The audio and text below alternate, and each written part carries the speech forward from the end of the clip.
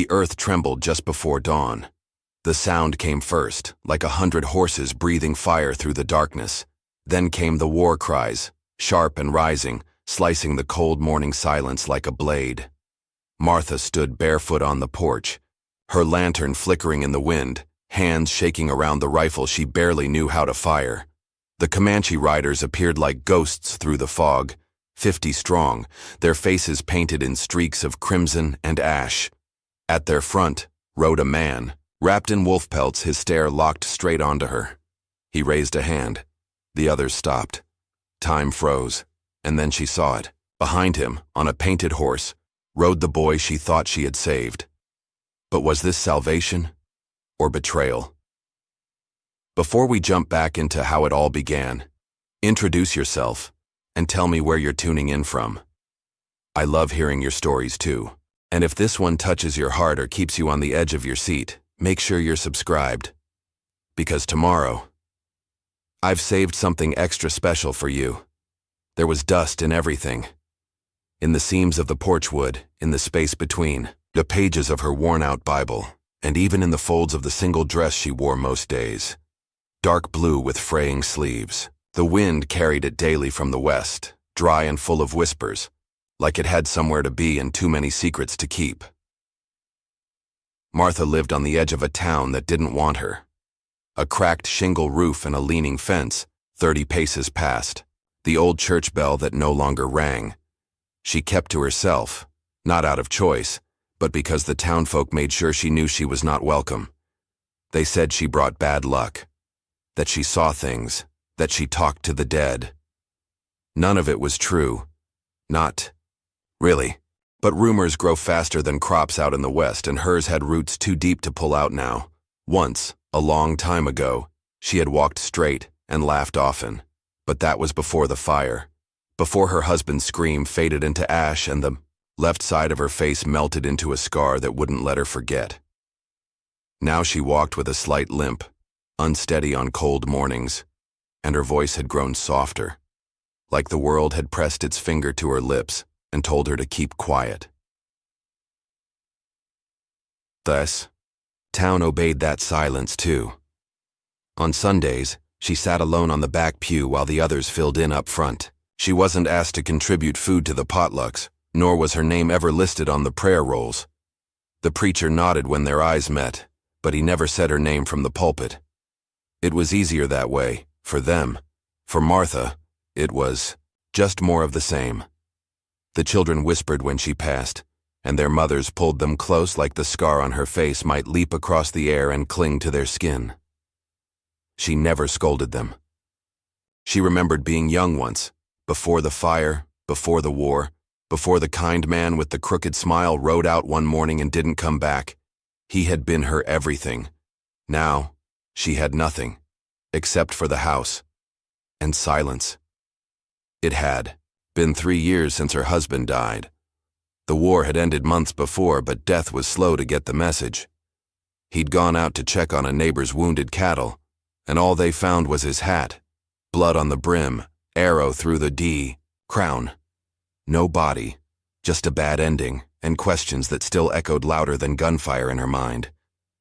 Martha stopped waiting for answers. She stopped speaking much at all.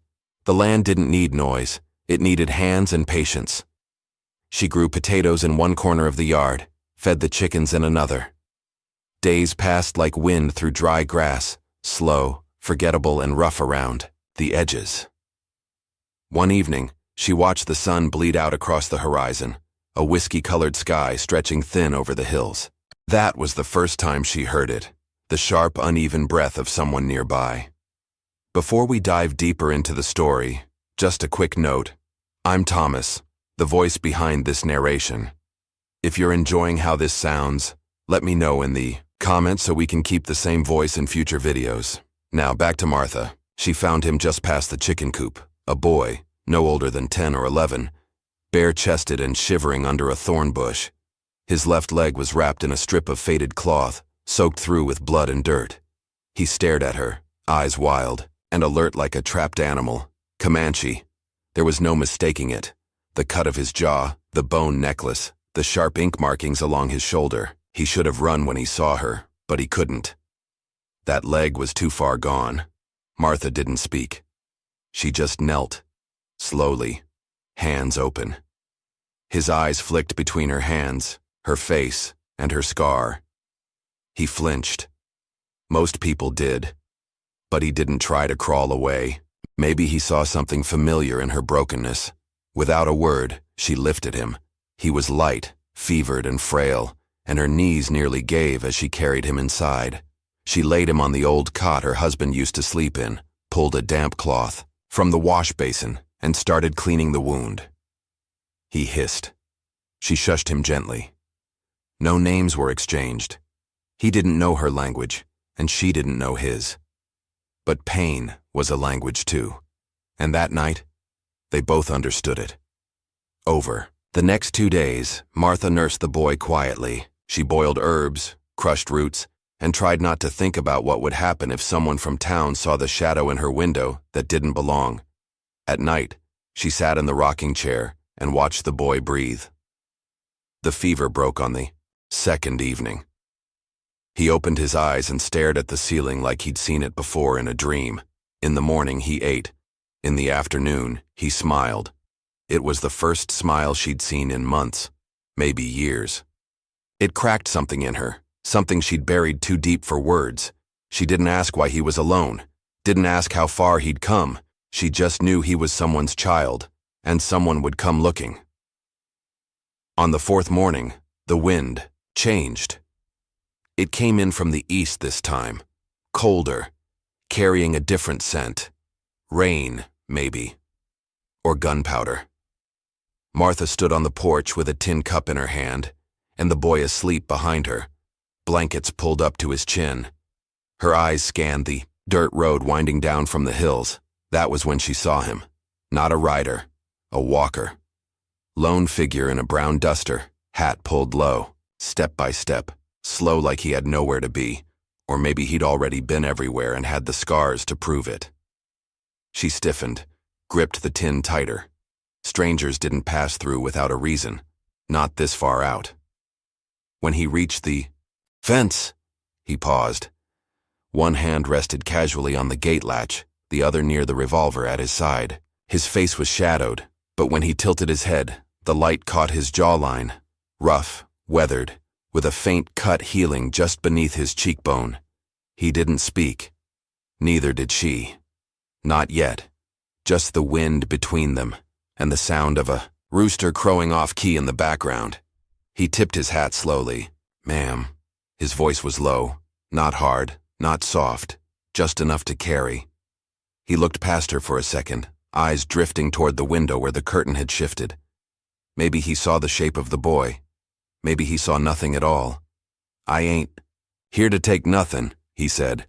"And I sure ain't here to sell you a Bible." That almost made her smile.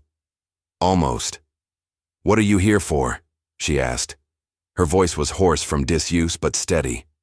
He shrugged. "Heard someone out this way was nursing a wounded dog. Figured that might be a metaphor worth looking into." She narrowed her eyes. "You a bounty hunter?" "If I was, would I say so?" Silence fell again.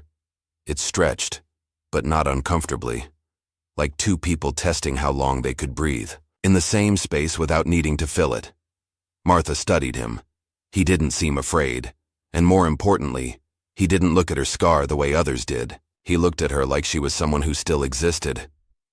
"I'm not looking for trouble," she said. "Good," he replied. "Trouble doesn't need looking for. It tends to find folks on its own." He turned like he was ready to leave, then paused. "You got water?" She nodded, motioned with her chin toward the well behind the house.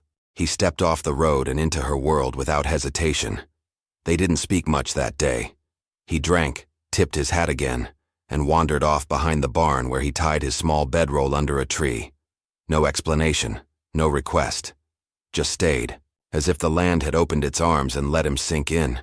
The boy peeked at him through the curtains. Said nothing, just watched. Martha noticed how the man, despite being near, kept a careful distance. Not threatening, not too familiar. Later that afternoon, She found a bundle of fresh kindling on her porch. A small gesture, but it felt larger than it was. That night, when the wind picked up again, she didn't lock the door. What if someone saw you for who you are, not what you carry? Subscribe. One day that story might be yours too. The stranger's name was Ellis, or so he said. He didn't offer a last name, and Martha didn't ask. She figured everyone had a reason to leave parts of themselves behind. He didn't seem like a man who lied, just one who kept his truth in a jar somewhere far from reach.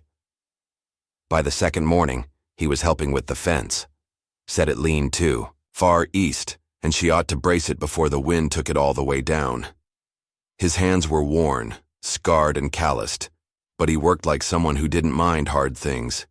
He didn't ask about the boy, didn't ask about the scar, but once after sunset, he looked at her for a long moment and said, "The world ain't kind to those it can't understand. You seem like you know that." She met his gaze. "I've learned. Word travels faster in small towns than lightning in a dry sky." By the third day, Mrs. Avery from the church was at the general store telling anyone who'd listen that a man was seen walking the ridge near Martha's place. Said he had Comanche on his boots. She whispered loud enough for the whole aisle to hear. "And you know she's always been strange, ever since her husband disappeared." Someone else mentioned they hadn't seen the sheriff in over a week. Another swore they heard drums the night before. By sunset, 3 men had ridden out to check on the widow. Martha saw them before they reached the gate. She was shelling peas on the porch while Ellis stood quietly in the shadows of the barn. He watched them come, lean, angry silhouettes kicking up dirt like they owned the ground. "Evenin', Miss Martha," one called. His smile was too wide to be friendly. "Just came by to make sure you were safe. Lot of strange things happening lately." She didn't get up. "I'm fine. We heard you might have a guest. Thought we'd offer some company." Behind her, the door creaked slightly. She knew the boy was listening. Ellis stepped out then, casually, wiping his hands with a rag. He looked like he'd just finished fixing a wheel, not like he was ready for a fight, but something in his eyes said otherwise. "Don't mean to interrupt," he said, "but the lady's already got company, and I reckon that's all she needs tonight." The 3 men didn't like that. Their horses shifted, hands edged toward hips. But none of them were stupid. The leader spat in the dirt. "You sure know how to pick your friends, Martha." She stared back. "So do you." They left in a cloud of resentment, and she knew they'd be back, with more men and less questions. That night the boy finally spoke. One word, quiet, from the dark corner of the room where he lay. "Father." Martha froze, turned slowly. He pointed to the horizon, where the wind had shifted again and carried the sound of distant drums, low, steady, coming closer. They came at dusk. Not warriors, not Comanche, townsfolk, 3 women, 2 men, 1 preacher. All on borrowed righteousness. They didn't bring torches, but they didn't need to. Their voices burned just the same. "You can't shelter them, Martha." Mrs. Avery stood at the front, arms crossed, hat pinned too tight to her curls. "You of all people. After what happened to your husband." Martha stood in the doorway, hands clenched at her sides. The boy hid behind the curtain again. Ellis wasn't in sight. She wished he were. "I didn't invite you here," she said, coldly.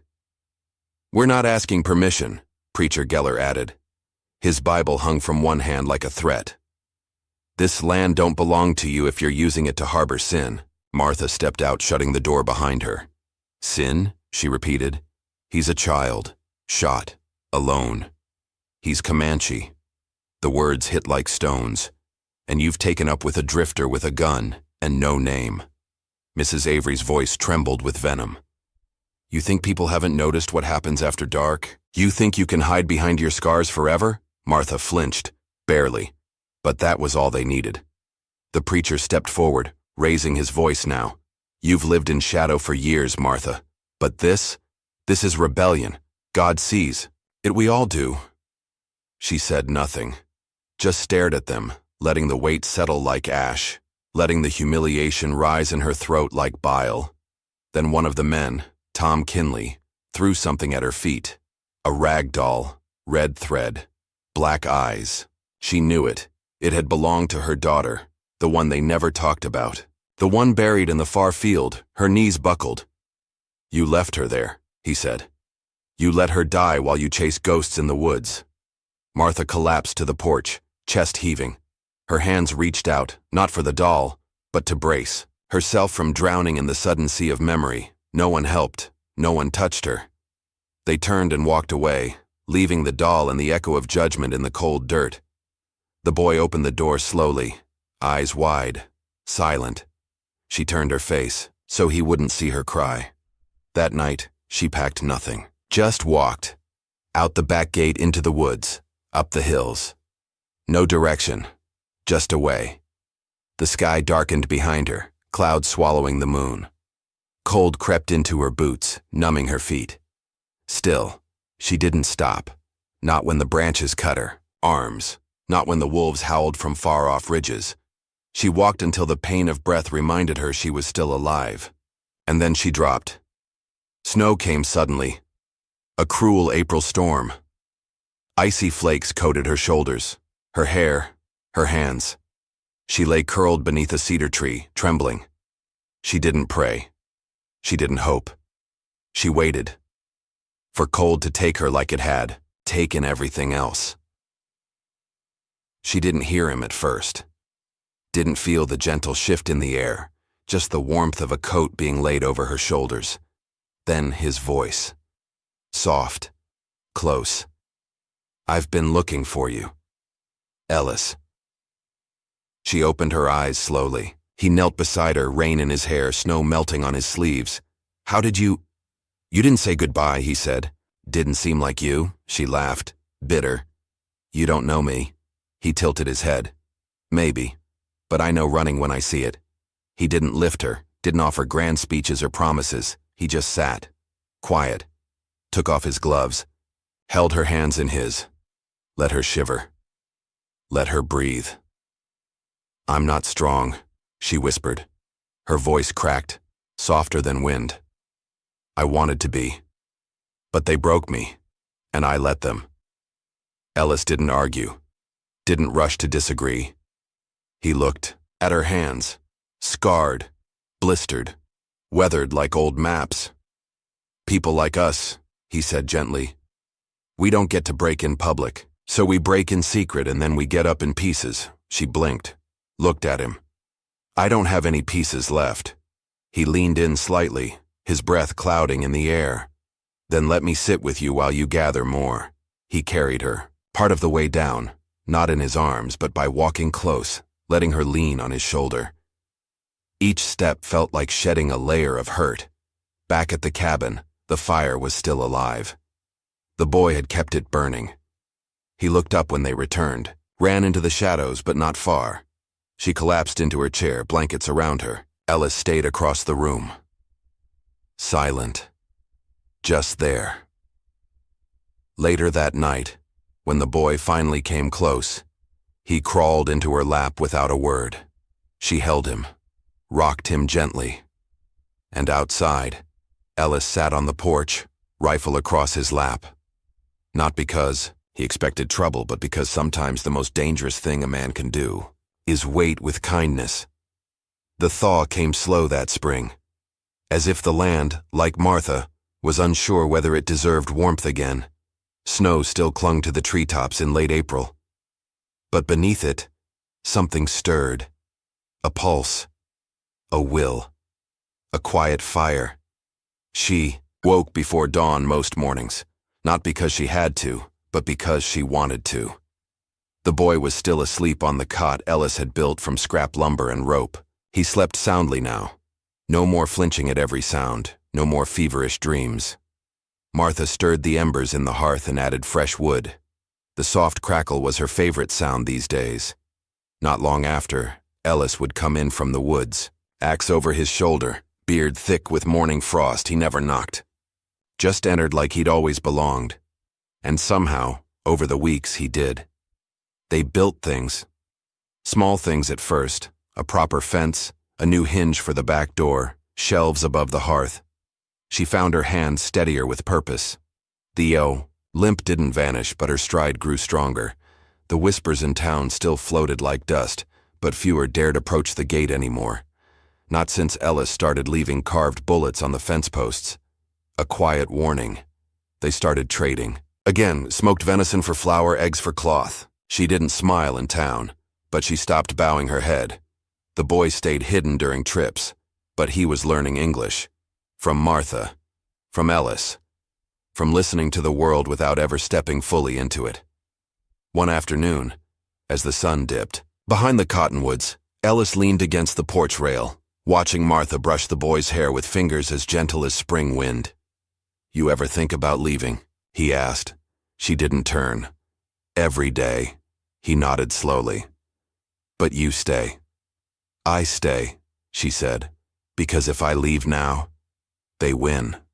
He said nothing, just looked at her, the long scar down her neck catching firelight like a trail of old pain. "I was ashamed of it once," she said suddenly. "My limp, my face, my quiet. Thought I'd lost all the parts that made me a woman." Ellis shifted closer, voice quiet. "Funny thing is, I never saw you broken.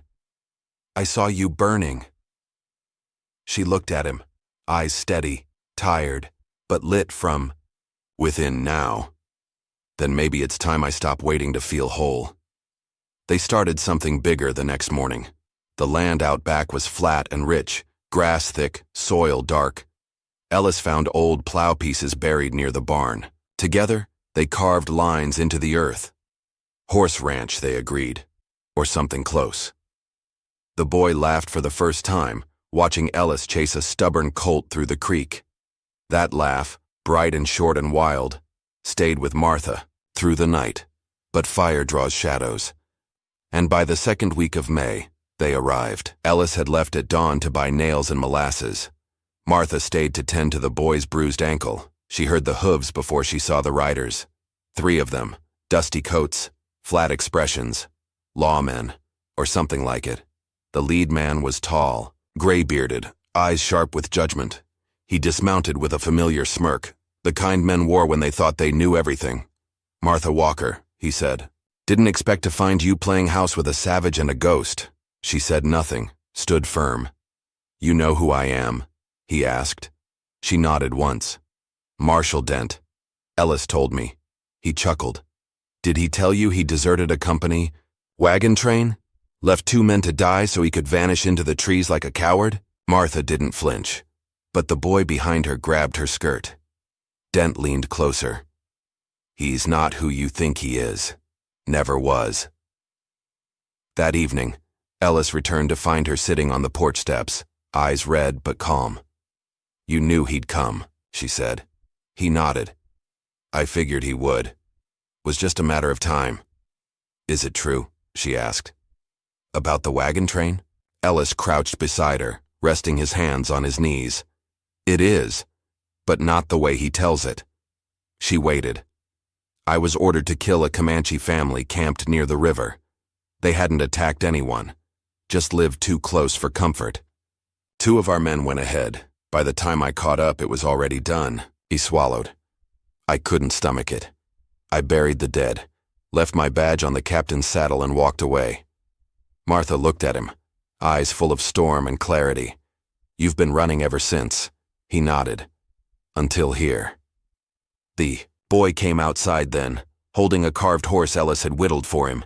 He placed it in Ellis's lap silently, then climbed into Martha's arms. She didn't ask Ellis to leave, and he didn't run. They prepared that night, not for war, not for surrender, for truth. The next morning she rode into town, alone, hair braided, dressed simple, rifle strapped across her back. She walked straight into the saloon, where Dent sat drinking with 2 deputies. "You want Ellis?" she said. "Come take him. But know this, if you cross my land with weapons drawn, you won't leave it the same man." Dent laughed. "You threatening a marshal, Miss Walker?" "No," she replied. "I'm promising you, that hill behind my cabin's got room for 3 more crosses if need be." She left before they could answer. The room had gone silent. No one followed her. Back at the ranch, Ellis was digging fence posts. The boy led a roan colt across the new field. Martha sat down beside the garden bed, planted seeds, rows and rows of them. "I thought I'd never build anything again," she said. "But maybe that was just another lie they taught me." Ellis looked over. "You're not the same woman I met." She met his gaze. "No," she said. "I'm better." They came at dawn. 50 riders, silent, shadows on horseback, not a single war cry, not a single wasted motion, just the steady thunder of hooves over thawed earth as the horizon lit with flame-orange light. The Comanche were not here for revenge. They were here for the boy, and his father rode at the front. Martha stood at the gate, rifle across her back, heart in her throat. Ellis beside her, his jaw locked, but his eyes steady. Satur, boy clung to her leg, barefoot, trembling but not hiding. When the riders stopped just beyond the fence, their leader dismounted, tall, broad, braided hair streaked with silver. He looked not at Ellis, not at the land, but at Martha. And then, slowly, he looked down, at his son. No one spoke, not until the boy let go of Martha's hand and stepped forward. He said something in Comanche, small voice, steady tone. The man knelt. Martha didn't understand the words, but she understood the moment. The father gathered the boy in his arms, pressed his face into his shoulder, not like a warrior, but like a man who thought he'd lost everything. Then, after a beat, the man stood and looked at Martha again. This time, he nodded, not out of gratitude, not out of politeness, but out of recognition. She had saved his blood, and for that, she would always be part of his story. Then he did something no one expected. He stepped aside and gestured to the boy, letting him decide. The boy turned, looked between the tall warrior and the woman who had become his home. His eyes lingered on Martha, then on Ellis, and then he took Martha's hand.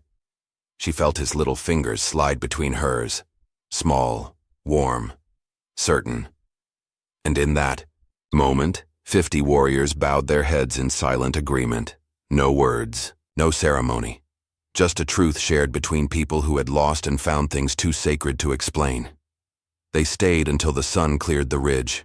Then the riders vanished back into the hills, like smoke returning to the wind. 3 days later, the town gathered at the chapel, not for a funeral, for a wedding, a quiet one.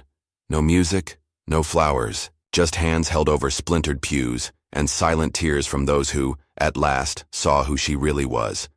Ellis didn't wear a suit, she didn't wear white, but there was a necklace of hawk feathers tied around her wrist, a gift from the boy, and when they kissed, the light through the stained glass caught the scar on her neck, not to shame her, but to crown her. The townsfolk never spoke much of it. Some still turned their heads. But others, the baker, the blacksmith, even the woman who once called her cursed, began to nod in the streets, then say hello. Small cracks in old stone. The ranch grew, fences multiplied. A smokehouse was built, and in the spring, wild colts ran through the creek bed, their manes catching golden light. They named the boy Thomas, after a man Ellis had once buried with his own hands. A name to honor the dead and begin again. One winter evening, Martha sat by the fire, watching Ellis mend a saddle. Tomas lay curled in a blanket, humming an old Comanche tune under his breath. Martha turned to the window. Snow falling soft and slow beyond the glass. The world was quiet, whole. Ellis looked up. "You ever think we'd get here?" he asked. "No," she said, brushing her fingers across Thomas's hair. "But I stopped waiting for someone else to rescue me."